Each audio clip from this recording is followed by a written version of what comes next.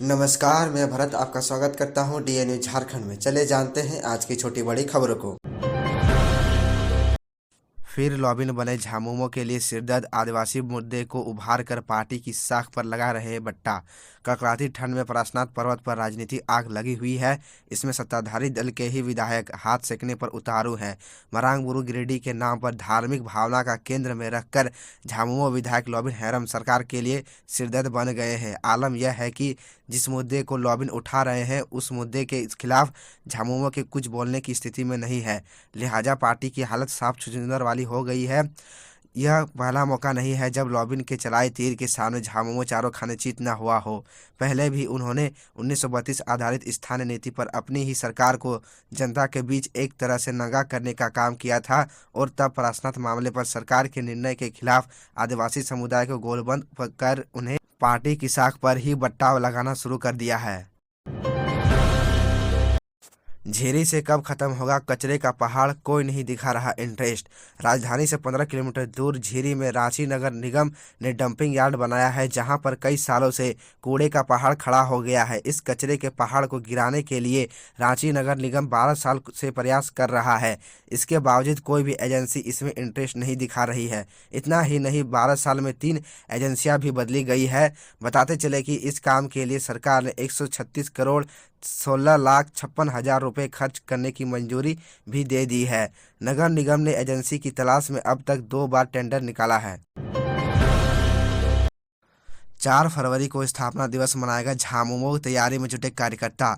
झारखंड मुक्ति मोर्चा का 52वां स्थापना दिवस आगामी 4 फरवरी को धनबाद में आयोजित की जाएगी, जिसको लेकर धनबाद सर्किट हाउस में केंद्रीय महासचिव विनोद पांडे, फागू बेसरा, टुंडी विधायक मथुरा प्रसाद महतो, अमितेश सहाय, नीलम मिश्रा, कंसारी मंडल सहित अन्य प्रमुख गणमान्यजनों की उपस्थिति में पार्टी के पदाधिकारियों एवं कार्यकर्ताओं के साथ बैठक की गई। बताया गया कि स्थापना दिवस के मौके पर मुख्यमंत्री हेमंत सोरेन, गुरुजी शिबू सोरेन समेत पार्टी के कई वरीय नेता शामिल होंगे। मौसम केंद्र रांची को मिला देश का सबसे बेस्ट केंद्र का अवार्ड। रांची मौसम केंद्र ने बड़ी उपलब्धि हासिल की। इस केंद्र के लिए गर्व का क्षण है, क्योंकि 15 जनवरी 2023 को देश का सबसे सर्वश्रेष्ठ केंद्र का अवार्ड मिला है। इंडिया आईएमडी रांची को पहली बार यह पुरस्कार मिला है। बताते चले कि भारत मौसम विज्ञान विभाग के 148वें स्थापना दिवस के अवसर पर मौसम केंद्र रांची का देश का सर्वश्रेष्ठ मौसम केंद्र घोषित किया गया है। रांची केंद्र के कार्यालय प्रमुख अभिषेक आनंद इस पुरस्कार को ग्रहण करने के लिए स्थापना दिवस समारोह में वरिष्ठ सभागार मौसम भवन लोधी रोड नई दिल्ली में उपस्थित रहेंगे। डॉक्टर जितेंद्र सिंह राज्य मंत्री स्वतंत्र प्रभार पृथ्वी मंत्री मुख्य अतिथि है। जानकारी के अनुसार आईएमडी रांची को पहली बार देश का सर्वश्रेष्ठ केंद्र का अवार्ड मिला। खतियानी जौहर यात्रा को लेकर झामुमो कोर कमेटी की हुई बैठक।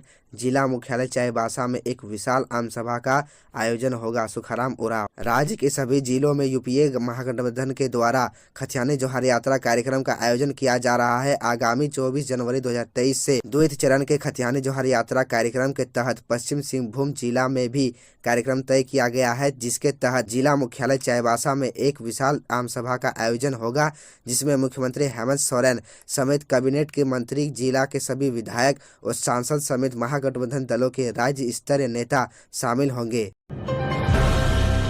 नक्सलियों की तलाश के दौरान पुलिस ने ग्रामीणों को पीटा, आक्रोशित लोगों ने गांव में घुसने से रोका। झारखंड के गिरिडीह जिले से ग्रामीण और पुलिस के बीच विवाद का मामला सामने आया है। गिरिडीह के डुमरी से इनामी नक्सली कृष्णा हंसदा उर्फ कृष्णा माझी की गिरफ्तारी के बाद उसकी निशानदेही पर सीआरपीएफ व जिला पुलिस के जवान पारसनाथ के चतरो इलाके में नक्सलियों की टोह में निकले थे। तभी चतरो गांव के टोला में जाकर एक घर में भीम सोरेन व बहामुनि बिस्के के साथ पूछताछ के क्रम में पुलिस की तीखी नोकझोंक हुई, जिसमें एक जवान ने भीम सोरेन, बहामुनि बिस्के सहित 3 लोगों के साथ मारपीट कर दी। इससे लोग भड़क गए और देखते ही देखते पुलिस कार्रवाई के खिलाफ बड़ी संख्या में ग्रामीण गोलबंद होकर छापेमारी करने निकले। पुलिस दल को चतरो गांव में प्रवेश करने से रोक दिया। यहां तक कि पुलिस से दो हाथ करने को भी ग्रामीण महिला पुरुष एकजुट हो चुके थे। वहीं दूसरी तरफ चतरो गांव में किसी नक्सली के होने की सूचना पर पुलिस हर कीमत पर छापेमारी के लिए जाने को तत्पर थी, तो दूसरी तरफ ग्रामीण महिला पुरुषों ने लाठी, डंडा व कुल्हाड़ी से लैस होकर पुलिस से रोक रखा था। इसे लेकर घंटों तक स्थिति तनावपूर्ण रही। राज्य की स्वास्थ्य सेवाएं प्रभावित होने के आसार, अनिश्चितकालीन हड़ताल पर जाएंगे कर्मी। कल से राज्य की स्वास्थ्य सेवाएं प्रभावित हो सकती है। ऐसा इसलिए हो रहा है क्योंकि स्वास्थ्य विभाग के अनुबंध कर्मी 16 जनवरी को सीएम आवास का घेराव करेंगे। इसके साथ ही 17 जनवरी से अनिश्चितकालीन हड़ताल पर चले जाएंगे। स्वास्थ्य कर्मियों का यह आंदोलन झारखंड अनुबंधित पारा चिकित्सा कर्मी संघ एवं एएनएम जीएनएम संघ के संयुक्त बैनर तले हो रहा है। संघ द्वारा सभी जिले के उपायुक्त को मुख्यमंत्री के नाम ज्ञापन सौंपकर जानकारी दी गई है। झारखंड बार काउंसिल के सदस्य हेमंत सिकरवार बोले, मांग पूरे हुए बिना आंदोलन वापस लेने से चले गए वकील। झारखंड बार काउंसिल के सदस्य हेमंत सिकरवार ने कहा कि वकीलों की कोई मांग पूरी हुए बिना ही आंदोलन स्थगित करने से राज्य के वकील चले गए हैं। सरकार ने कोर्ट फीस पर कोई निर्णय नहीं लिया है। अधिवक्ता सुरक्षा कानून पर भी कोई ठोस पहल नहीं हो सकी है। इस कारण उन्होंने बार काउंसिल के सदस्य से इस्तीफा दिया है। सिकरवार ने कहा कि उन्होंने अपना इस्तीफा बार काउंसिल के अध्यक्ष को भेज दिया है। भविष्य में वह बार काउंसिल और एडवोकेट एसोसिएशन का चुनाव भी नहीं लड़ेंगे। उन्होंने कहा कि हम अपनी लड़ाई को जीत सकते थे, लेकिन आपसी लड़ाई की वजह से बीच में ही आंदोलन को समाप्त करना पड़ा। इससे राज्य से भी अधिवक्ता के साथ धोखा हुआ है। सरकारी स्कूल में पढ़ने वाले 10 लाख बच्चे ठंड से ठिठुरने को मजबूर, अभी तक नहीं मिली यूनिफॉर्म। झारखंड में सरकार स्कूलों के बच्चों में से लगभग 10 लाख बच्चों को यूनिफॉर्म नहीं मिल पाई है। ठंड में उन्हें स्वेटर तक नहीं मिल पाया। पिछले दिनों हुई समीक्षा बैठक में यह बात सामने आई थी कि लक्ष्य के विरुद्ध लगभग 73% बच्चों को ही इसका लाभ मिला। कुल 38.29 लाख बच्चों में से अभी तक 27.87 लाख बच्चों को ही पोशाक मद की राशि मिल पाई है। राज्य सरकार ने चालू वित्तीय वर्ष में समग्र शिक्षा अभियान के तहत 36.78 लाख तथा राज्य बजट से 1.51 लाख एपीएल बच्चों को पोशाक उपलब्ध कराने का लक्ष्य रखा था, लेकिन अभी तक कुल 27.88 लाख बच्चों को ही पोशाक की राशि उपलब्ध हो पाई है। डीएमएफटी मद से चयनित 17 मेडिकल ऑफिसर को मिला नियुक्ति पत्र। डीएमएफटी मद से चयनित हजारीबाग जिले के 17 मेडिकल ऑफिसर को नियुक्ति पत्र मिला।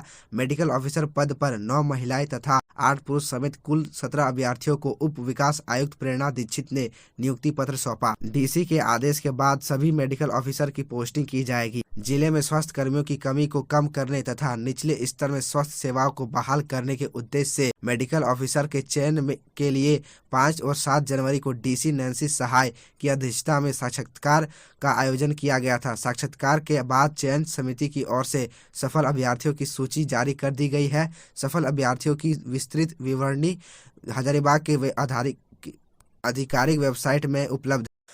तो यह थी झारखंड की टॉप बड़ी खबरें, और इसी तरह झारखंड की छोटी सी बड़ी खबरों को देखने के लिए आप हमारे चैनल DN न्यूज़ झारखंड को सब्सक्राइब कर ले और बेल आइकन को प्रेस कर ले, जिससे आपको झारखंड की हर छोटी बड़ी खबरों की अपडेट आप तक पहुंचता रहे।